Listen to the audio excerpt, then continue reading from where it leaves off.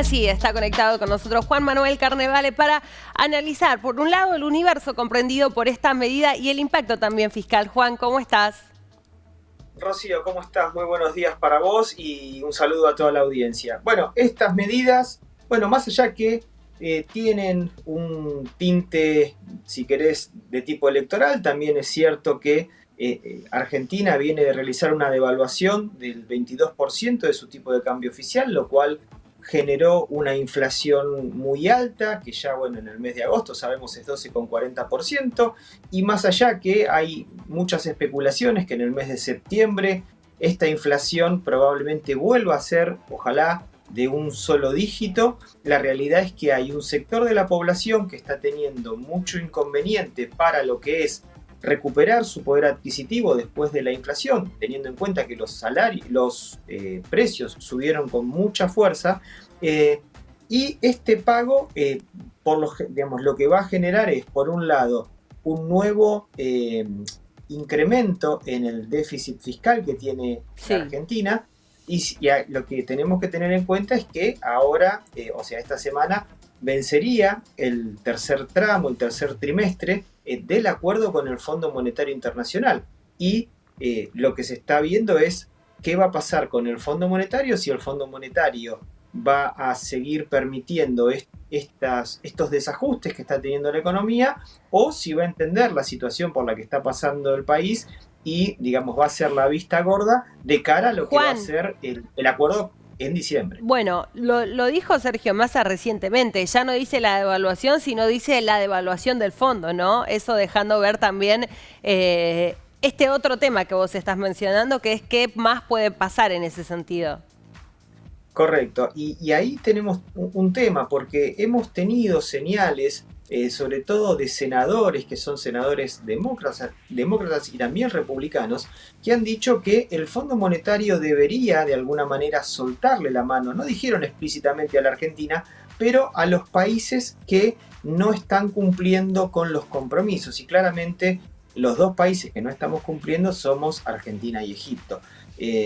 Y tengamos en cuenta que el acuerdo que firmó Sergio Massa, el último acuerdo, el último convenio, vence el 31 de diciembre, lo cual nos hace pensar que el próximo presidente, puede ser Milei, puede ser Massa, puede ser Patricia Bullrich, va a tener que sentarse muy rápidamente con el gobierno para poder delinear un nuevo acuerdo que me da la impresión que esta vez el fondo no va a escatimar en pedir, vamos a decirlo así. Y por eso es que tenemos Claro. bancos como Goldman Sachs que en el día de ayer dijeron que en sus proyecciones de tipo de cambio, que Argentina para fin de año tenía que tener el tipo de cambio oficial en 700 pesos.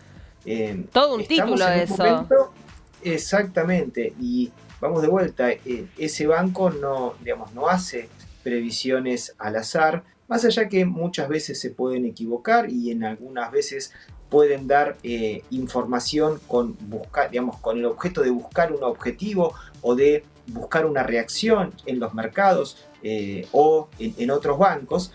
La realidad es que se está proyectando un salto cambiario y va todo de la mano. O sea que estas medidas que está tomando el ministro Massa, que en principio tienen como objetivo ayudar a la gente justamente que no tiene eh, posibilidades de ajustar sus ingresos, ya sea porque son informales o porque no los tienen, está bien, pero vamos de vuelta. El problema que está teniendo Argentina es de acá a 2 meses. Bueno, tocaste varios temas. Uno, la presión devaluatoria, con cómo está la brecha en estos días después del aumento de algunas cotizaciones en la jornada de ayer.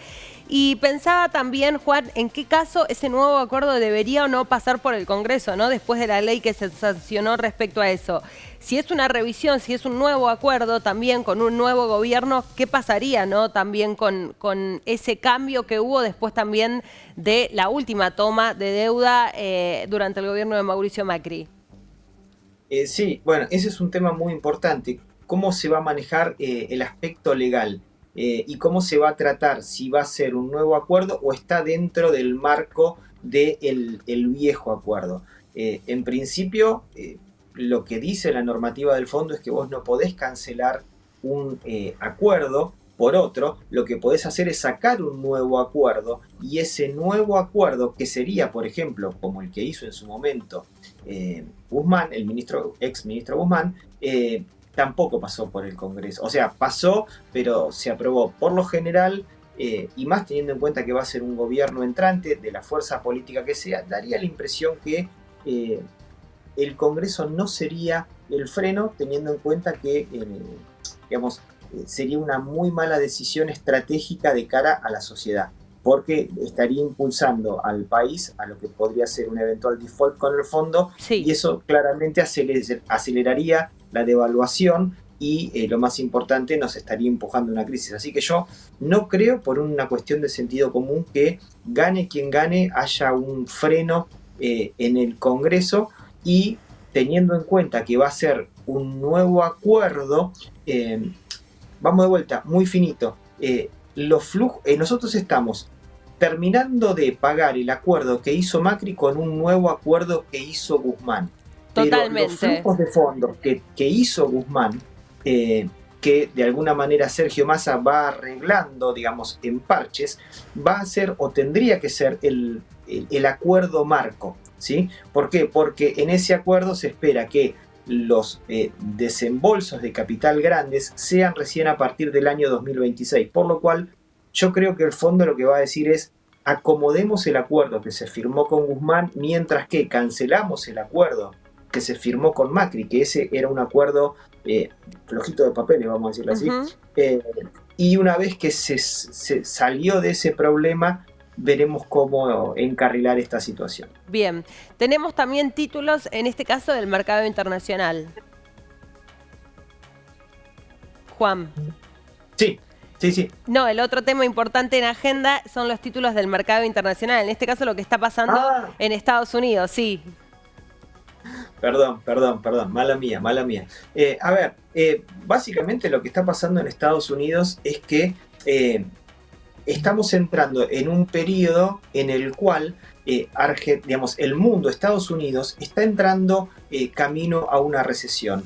Pero en esta recesión que está entrando Estados Unidos y el mundo que va atrás de él, tenemos un problema muy grande en el sector bancario, básicamente porque tenemos récord de todo lo que es quebrantos, y eso es una muy mala señal para el sistema bancario. Tenemos un récord de quebrantos que está en los mismos niveles que en el año 2008, cuando se dio la crisis de Lehman Brothers, lo cual nos dan a entender que en un escenario de recesión en donde el petróleo hoy está subiendo por arriba de los $92, hay muy poco margen para seguir subiendo la tasa antes de que se choque el auto.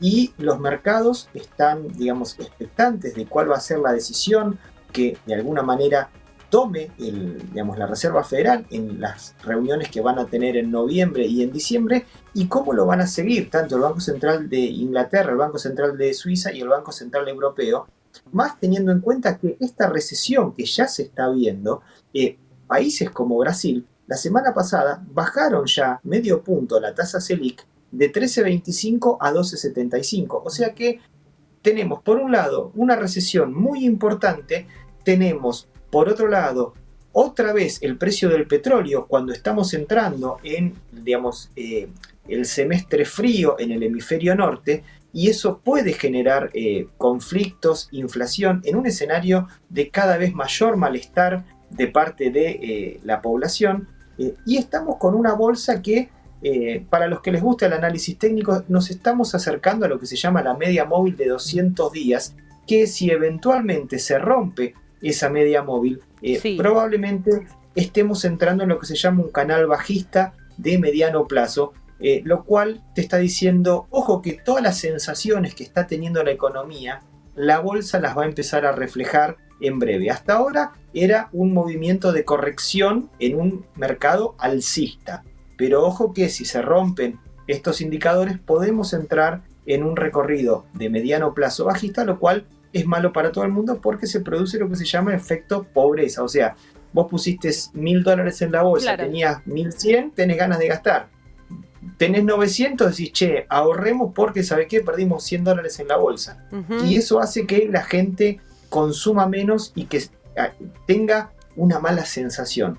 Así que hay un montón de situaciones que nos están haciendo ver que el mes de septiembre, que está cerrando de alguna manera negativo, está teniendo la necesidad de que la Reserva Federal de alguna manera empiece a tomar nota de lo que está pasando y empiece a actuar para el lado de las situaciones y no para el lado que están actuando, que claramente estamos cada vez más cerca de una